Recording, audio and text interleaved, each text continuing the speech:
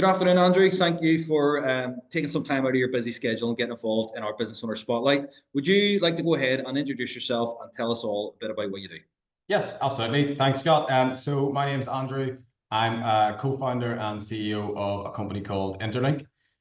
So we are in our 8th year of business now, and we do lead generation.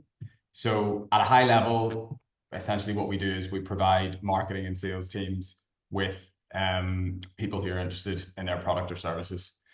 We do it via digital advertising, and yeah, we tend to target IT companies, enterprise IT companies, to help them connect prospective clients with their sales teams.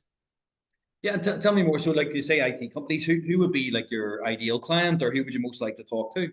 Yeah. So the likes of we over the years we've been putting together an ICP list, like an ideal customer profile, and it's purely based off of looking at who do we think will use our product and services the best.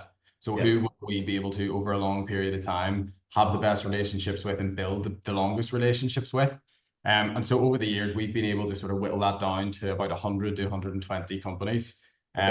Those companies they're enterprise tech companies. So within the 120, you've got some of the biggest companies in the world, which helps from a budget perspective. Can do, yeah. But we know that like something that's very important to us, client retention rate. So when I'm sure we'll get to it at some point in the conversation, but my co-founder and I, we had worked in the industry for a long time, and we were getting frustrated with the lack of retention of clients at some of the places that we were working. And just generally within the industry, we just thought that there was a real opportunity for a company to be better. And so we've sort of designed our company with retention rate in mind, and our industry averages around a 30 to 40% retention rate. We are always in and around and above the 90% retention rate. So we rather focus on a smaller number of businesses, but retain them and just try and expand that organically. We've grown globally over the last few years as well. So back in 2023, we were still just one office in London. Now, starting 2025, we're London, India, Singapore, and New York. So I think the beauty of that smaller number of clients is there might be 120 on that list that we go for. But when you break it out and you look at their EMEA, APAC, and North America regions, like you've pretty much got 360 companies there, and ones that you can work in and around and use relationships and door openers there with people you're already talking to. So yeah, we focused on that list, and it served us well so far, and we're pretty sure we're going to stick to that kind of 120. Yeah, and there's a lot of good stuff in there.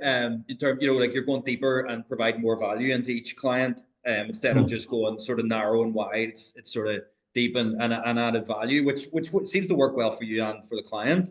Yeah.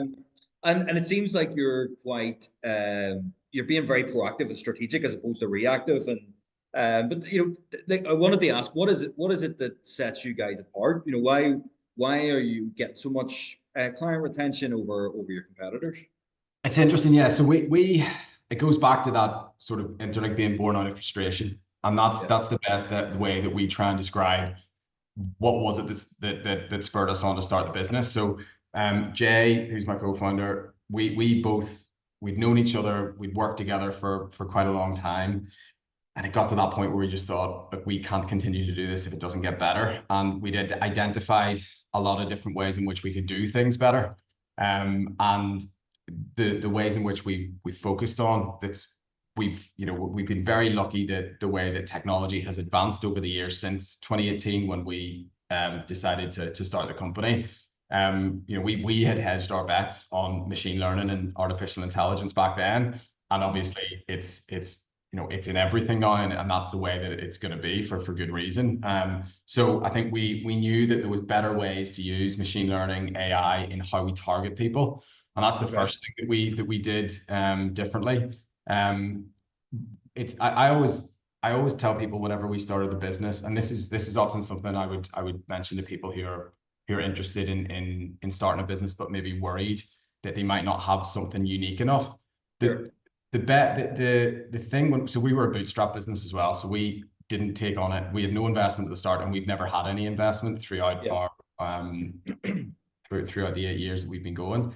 And obviously we didn't, the technology that we have now that sets us apart, we didn't have it on day one. We had Yeah. to build it. But the thing that we did have in our to our advantage that others didn't was, and we used to joke and call it, it's our cheapest USP. It was transparency. So there was a lot of smoke and mirrors in our industry, and we didn't like that. You know, there was when it comes to, this is just before GDPR had even come into play, so data regulations were not as tight as they are now. And one of the ways in which we got attention from prospective clients and got the conversation started was by being transparent with how data works in the industry. And so it's a good example of, like, you don't need to have a, you know, crazy new idea that's Yeah, shocking. no silver bullet.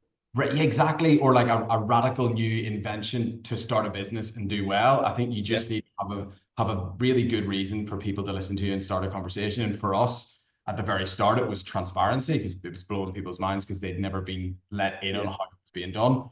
Fast forward to now, it's very much it's the IP and the tech that we've built is putting us ahead of competition for sure. But what's coming across, and maybe I hope I've picked it up right, is it's like you say a good reason, like you had a good reason to start. That's the strongest thing. That's been the Yeah. motivation, hasn't it? Yeah, exactly. Yeah, and I think that, I mean, I would say that we were lucky to have this combination of passion and frustration that Yeah. happened at the same time. And I would definitely say that having another person to do it with, Yeah. co-founders, is you know, there's serious strength in having another person to help you do that journey, because it's a very difficult journey. And I would always Yeah. encourage people, if they are thinking about starting a business, like, having a co-founder for me was essential. But I think it's that if you find yourself in a position where you're curious enough and fearless enough to start a business, but you have a combination of passion and frustration, then Good it's mix. like, Yeah. I think so, because I think you know, you're not looking for reasons to do something. They're staring you in the They're face and there. they're you, and you want to get them fixed. And I want to hear more about. It seems like there's been like exponential growth since 2023 to have Mm. all the sort of global offices. But just before we go on to that, tell me a bit more about the early days. You know, tell me about the tough times. What have you learned? What's been your biggest lesson since you've been in business in 2018?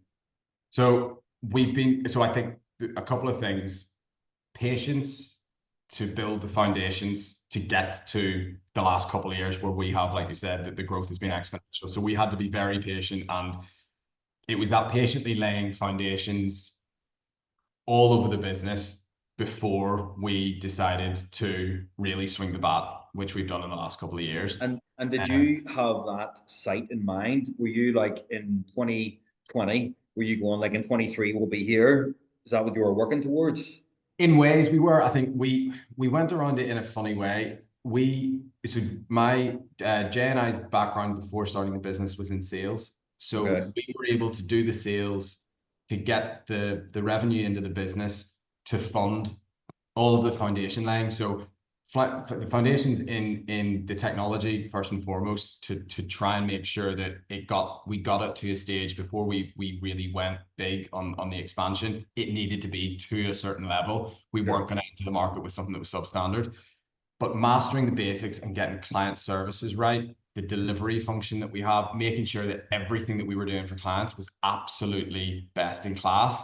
Yeah. It took years to get it to that point. And you Yeah. know, there was times when we were definitely thinking we could just hire 10 or 20 salespeople and make this go boom right now. But we're going to turn into those companies that Sure. led us to starting this business in the first place. And Yes. so it was Yeah. like, look, we have this thing. There's a great book by Simon Sinek, Start With Why. And you Yeah. know, we had we decided what is our why, and our reason for existing was to be the best lead generation company in the industry. And that's, you know, we talk about it we did our company retreat last week actually, and you know, it's the thing we start with every time we do it, and that hasn't changed. Different goals and objectives changed along the way, but that why has remained intact. And so I think when we look back and, like, to be that best, like, that's where the patience came in. It's like, well, no, we can't hire a massive sales team now and sell an average product, because we will not be the best lead gen company. We will just become one of the others. So I think the patience in getting it to that point, but then when you're at that point, absolutely going for it, which has been the last couple of years. And the other thing that I would say, and this is retrospectively saying this because we didn't do this in the first maybe 2 years, we started doing this maybe in year 3, year 4, is coaching. Okay. And I think from lots of different aspects, I think I was lucky enough to be very close from a friendship perspective with Jay before starting the company. But the pressures that are put upon two people to spend all of their time together and work in that stressful environment, it is difficult. And I think we both went on a coaching journey separately and together to make sure that we are the best versions of ourselves, both separately and when we're together. And that, I think, for the longevity of the business, and now coaching is something that we roll out to nearly everybody in the business. We've got different cohorts of teams that get team coaching, individuals who get coaching who want it. But I do think if you want to sustain that like ultra passionate, let's go, let's do this kind of mentality, coaching, I think it's too much of an ask for people to figure that out by themselves when they're typically short of time or stressed out. So I think those two things, like patience and laying foundations, and I would definitely always say to anybody starting a business now, factor in coaching into your budget from as early as you can, because it will pay off tenfold, hundredfold. Yeah, well, obviously, I agree with everything you're saying, but you can't get the best out of yourself. Sure, you can't. You know what I mean? You need somebody to help you with that. So tell me then about 2023. So we got everything ready, foundations are ready, and then, as you say, swing the bat. What's that been like? That sounds exciting. It's been brilliant. Look, it's been the industry that we're in is it's fast paced, and it's obviously like most industries, AI is having a big impact on it, and we're in a great position because we've already been in a sort of position where our industry is very much going that way. So there's a lot of factors that made the last couple of years perfect for us to expand. But I think it was that patience, and we've now just created a sales function in the last 12 to 18 months. And laying that in as the final piece of the foundations. Again, it speaks to that patience, but it's been very exciting because it's given us different opportunities to set up offices in different regions. So we started with London. We've then opened up. We've got about 80 people working in the India office. We've got a team in Singapore, and last year we set up the New York office. I think that it's funny, like it all stems from that, going back to like, why do we exist? So it's to be the best lead gen company. The thing that kicked off the biggest bit of the expansion was setting up the office in India, and that came from us trying to be the best. And it was another one of those kind of crossroads where we were faced with the question: are we going to be what we set out to be, or are we going to turn into one of the companies that we didn't want to be? And it was because the model that we started the business with, it was we essentially outsourced a portion of what we did to data partners. It's a very common way of doing things within our industry. But we realized, but what set us apart was we only used a very select number of data partners who we trusted that were the highest quality. And we pre-selected them. We knew who they were, and there was and probably paid for them as well. Totally, exactly. And this is where the transparency came in. We let clients know that you're paying for this because it's so much better. But what we worked out was, I mean, if we kind of put them into, if you use like the analogy of leagues and football leagues, so we were using the Premier League of partners, and we refused to go anything lower. We weren't going to touch anything in the Championship, League One, League Two. It was only the Premier League of them. But there were only 20 that we would work with. So there was a ceiling on how much we could essentially do for our clients. Or if once we hit that ceiling, we were going to have to dip into the lower tiers, and that was the quality was going to go, and we were going to turn into these companies that we said we'd never turn into. So that was the crossroads where we said, right, well, why don't we bring this all in-house? and we don't outsource it. And that's what that's what the India office was. So obviously that has benefits as well on margin because we can control costs better. But Sure. the bigger thing was we were then able to keep the quality high, Yeah. but we have infinite deliverables now. And so it's not a league anymore. It literally is we can take on whoever we want because we can grow it. So that was probably the most exciting point. And obviously we built those foundations and we reinvested into the business because to be able to do something like that. So I'd say that's probably of all of the bits of expansion that we've done recently, that's my favorite bit because again, it just plays back to that like reason for being the And it's best. there's a couple of questions I want to ask, but the first one, it's like starting a 80-person office in India just sounds so complex. Is it as Yeah. complex as I think it is, or is is it easy once you just get into it and break it down? And this is where, again, both me and Jay have always been big fans of hire people who are better than you. Yeah. And we've got a COO in Greg, who is just unbelievable. Greg joined us first as our head of finance, then CFO, and then he's COO. And he's been instrumental in setting that up. So I think, yeah, definitely, sometimes there's this idea of people think that, you're a founder, a co-founder, a CEO, whatever it is, you have to do everything yourself. Yeah. I mean, from my perspective, absolute nonsense. I find the best people at it as long as they're the best culture fit for the business, Yeah. bring them in and let them shine, let them do their thing. Another really important piece of that puzzle of how do we set up the company in a region that none of us are familiar with. We've done a lot of trips to the area that we'd set it up because we Yeah. knew, I referred back to that league, that top league of partners. Yes. The two people that we hired to set that business up, they were at one of the top partners. They were the partner that we had the best relationship with. So we probably knew them for 5 or 6 years, maybe more than that. And we had built a really great trust and a great relationship with them. And we knew that culturally they were Interlink kind of people. Yeah.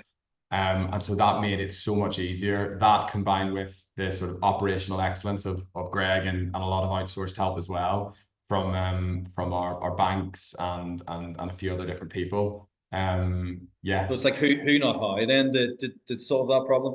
I think so, yeah. And looking back on it, it sounds like it, even sort of talking about it, it sounds more difficult than it was. But I think with Yeah. any of these things, like I think when you start putting yourself in the position of doing it, and when you get in there, it's not as messy as you think, and it's more achievable, and it's very fun. I mean, setting up that office and that team and the culture that's been created there has just been like incredible to watch. Going over to visit the office is fantastic. So I would definitely not.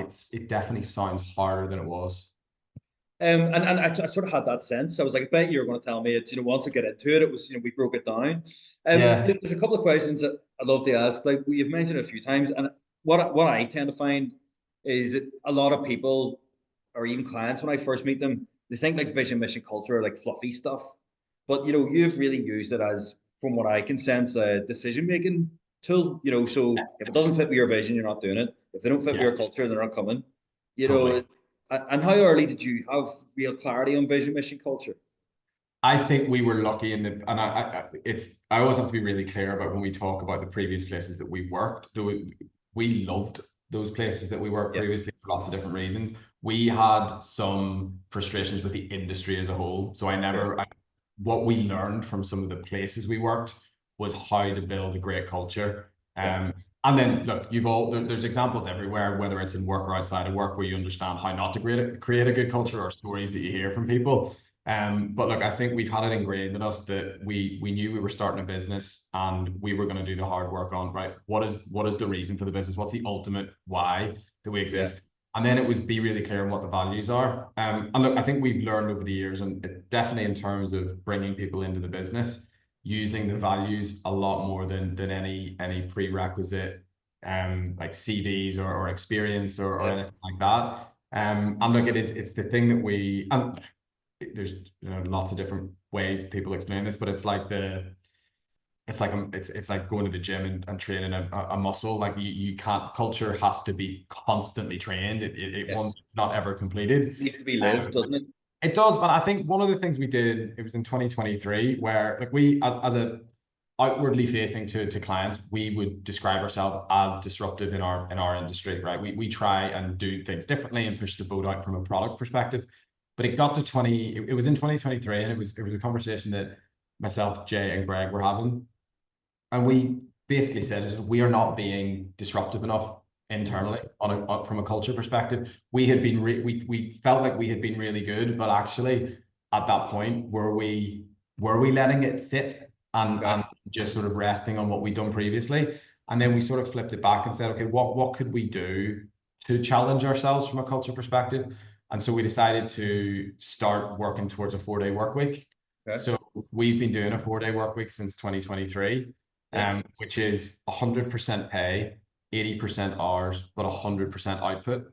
Yeah. So everybody, you're getting paid for a 5-day week. We all have to make it achievable in 4, but it's the same output. And it's been an absolute game changer. It has just been incredible. But I think the point of that is not the fact that we do a 4-day work week. It's the fact that I think to have those cultures, you have to put yourself out of your comfort zone, because you would do that in any other part of your business. From a product development point, you would put yourself out of your comfort zone. I think the same should apply for your company culture. And this is more of an observation than a question, but I just want to get your take on it.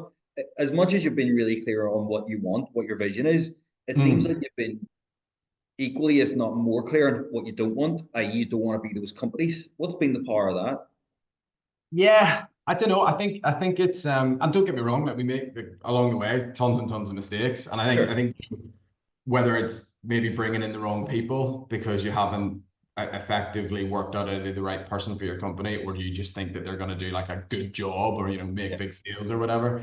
I think a lot of that, I'll be honest, is learning from mistakes, and just trial and error, and making sure if something has been tweaked to do something in the business and it's gone wrong, it's really deep diving into that and working out, right, well, what was the reason for that, and how do we avoid that again in future? So I think it's just that learning and caring, and we have to keep enjoying this, and we really do still enjoy it. And I think that subconsciously that is part of it as well. We can't build something that is very successful but we hate coming into work every day. So I don't know if that's selfish or not. I think it's just no. I mean, you have to have fun, and what I'm hearing is it's supporting risk taking, but it just seems like your values are so important to you, as they should be, and they've been your guiding light. And if one of those is having fun, then absolutely you should keep at it. So listen, I always like to finish on this question. If you could go back and speak to an 18-year-old Andrew, what is the piece of advice you would give him? Yeah. I think I've been really lucky to have great people around me my whole life, whether that's friends or sort of role models. And I think there was never any fear of. I always knew I was going to start a business. I didn't know it was going to be in lead gen. It's not the lead generation is not the kind of thing you turn around to your parents that when you're 10 say I really want to be in lead gen, but it happened that way, and I'm really glad it did. But I did know I was going to start a business, and I think that's because whether it's sort of my dad, my father-in-law, one of my best friends, Joey, who was my best man as well. Like they're all people who've started their own business. I've watched people start their own business quite a lot. That it's made me. There's never really been a mental barrier to entry about starting something like that. And I think I've also spoken to other people who have zero interest in starting a business, and it's some of them have said that it's because they've never been in and around it. And so I think I'm lucky that that's been around me, because it's shaped the way I think about it. But I would probably say to my 18-year-old self, start earlier, because I always wanted to start it, but I did wait until the opportunity. And look, you put yourself into those positions, but the opportunity did present itself in my late 20s. But it was probably on the table before that. And speak up, take more risks. I mean, me and Jay started the business when it was bootstrapped, and we just put our savings in. We didn't have a huge amount of startup capital, but it didn't really matter, because we knew we were going to make it work. So I would probably say, maybe start earlier, and don't be scared to maybe take some of those risks earlier on. Yeah. Very cool. Again, it's a pretty common answer, but yeah, go for it. Just get it done. So listen, genuinely really enjoyed hearing your journey. It sounds like an exciting future ahead. It's like I have that sort of hockey stick growth in my mind for you guys, which Yeah, fair play, and I'll definitely keep track of how you're going. And thank you for coming on and sharing your journey so far with us. absolutely. It's been a pleasure. Thanks, Thank you, Scott. man.